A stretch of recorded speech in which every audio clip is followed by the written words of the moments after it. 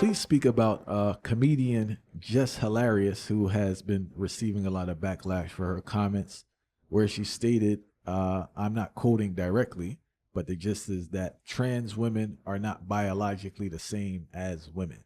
I stand with my sister Jess Hilarious. I'm glad she took the stand because so many black women are afraid to speak up. First of all, I want to make sure people understand what I perceive to be the clear threat in this instance. And I don't know if you can remember, about a year ago, I was on Fox Soul with the Tammy Mack show. And she had a conversation on black male-female relationships. It was myself and another biological male. It was a biological female. And the other person who I thought was a biological female was a artificial woman, meaning he's a biological male. Tammy Mack nor her producers warned us that it would not be two women, two biological women and two biological men. She snuck the transgender in and didn't tell us. Why would a black woman be having a biological male, AKA artificial woman, discussing women's issues, black women's issues, as if he were a woman?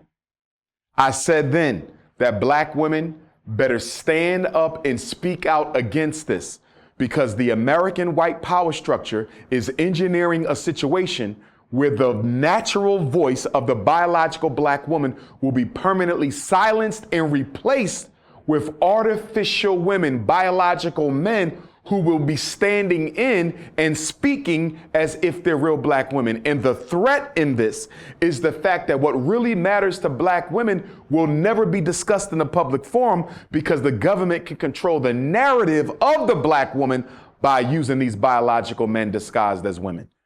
So what Jess Hilarious is doing is important. It's critical that it gets done. We're not going to allow her to get canceled. She's doing the right thing. A biological man can never be a biological woman.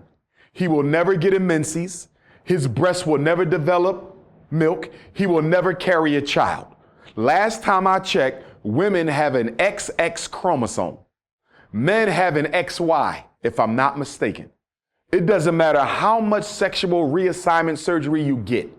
You will never have a double X chromosome. Men cannot be women. They can only be made to look like them. Women cannot be men. They can only be made to look like them. But here's the difference. I don't really see biological women living as artificial men trying to speak for black men. I don't see that. I'm seeing biological men living as artificial women trying to speak for black women. And I think the reason why this agenda is in play is black women, unfortunately, not because there's anything wrong with her, but because of the oppression of black men, she's the leading political voice. The black woman is the most educated in our community. The black woman is the most financially stable in our community.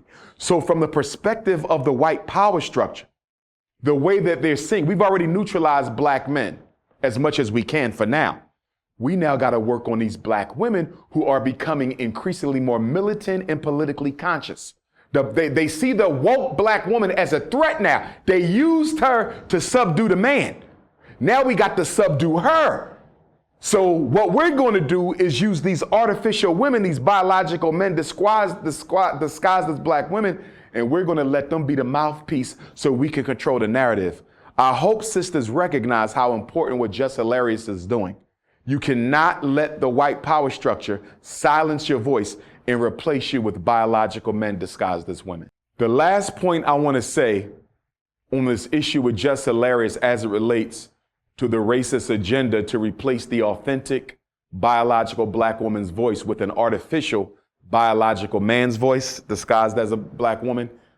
Black women have to take some responsibility for this, because black women, many of them, were open proponents of homosexuality. Black women thought it was cute. They thought it was funny. They have black male friends. They hang out with black gay men. The reason black women got to be held partially responsible for this transgender issue, where they want to silence their voice with an artificial woman's voice, is if you supported homosexuality as much as black women did. You allow black men to go to the edge of the diving board. Now he wants to jump off the diving board into the water. He says, I no longer want to just be gay or act as a woman. I want to live as a woman. That's the leap that was made from homosexuality to transgender.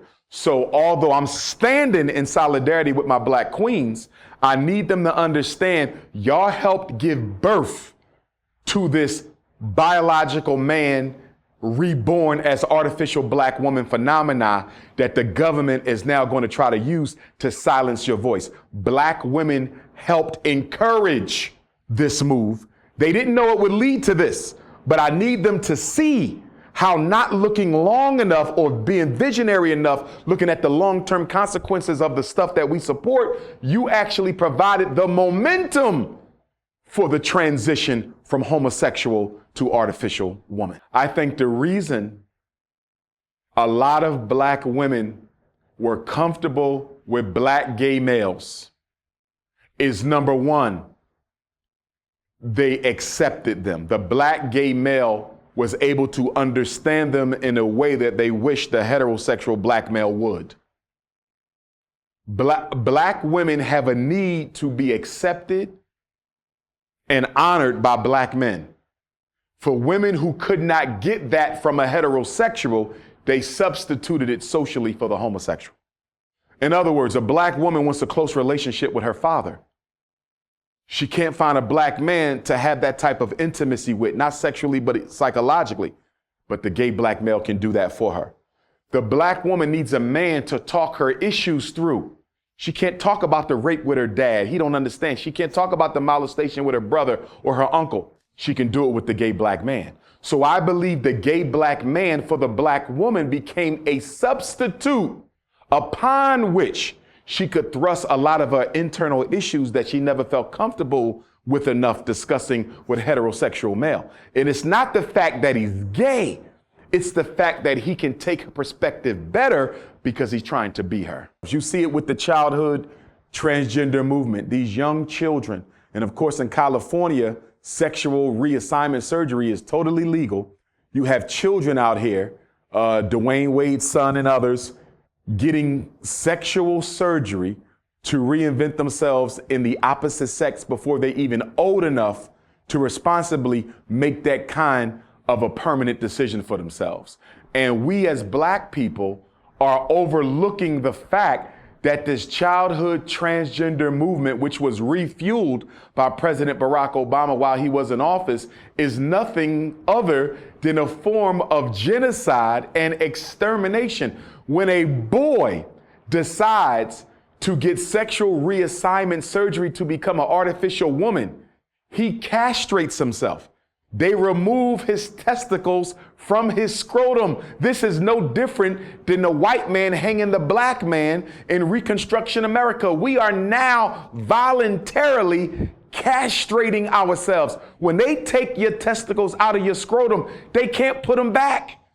They're never having children ever. When the girl undergoes sexual reassignment surgery to become an artificial man, they remove her ovaries.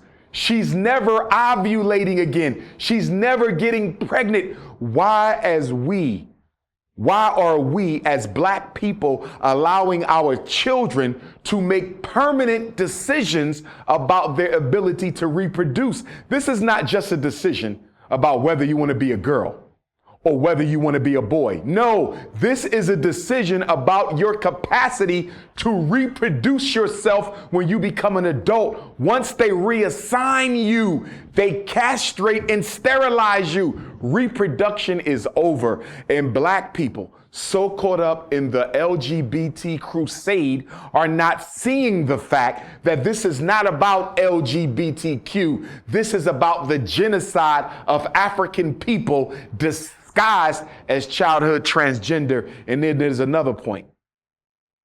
Pedophilia. The pedophiles are active supporters of the LGBTQ movement. Why? Why do the pedophiles care about lesbians, bisexuals, homosexuals, and transgenders.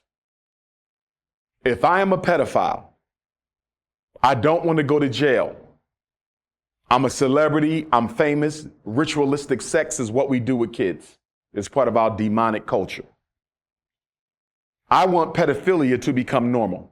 I want it stricken from the criminal code altogether.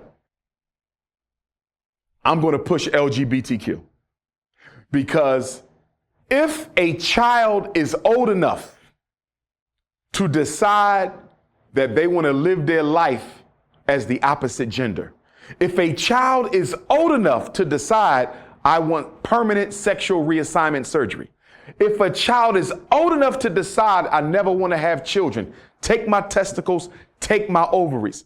If an 8, 9, 10, 11-year-old child is old enough to make those 3 decisions, how can you argue that they're not old enough to decide to have sex?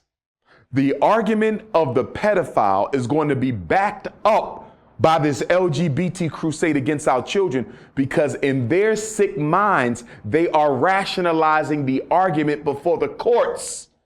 If he's old enough to say, I don't want my testicles, if she's old enough to say, I never want to have children, if he's old enough to say, I want to live my life as a girl, if she's old enough to say, I want to live a life as a boy and I don't care about having kids, and she can say this at 12, is she not also old enough to decide when she's ready to have sex? That is going to be the argument that the pedophiles are going to take into court. And unfortunately, although I don't agree with it, I think they're going to win the argument. LGBTQ is the mask the pedophile movement wears to get their agenda pushed. And LGBTQ is the mask genocide wears to depopulate the world of African people.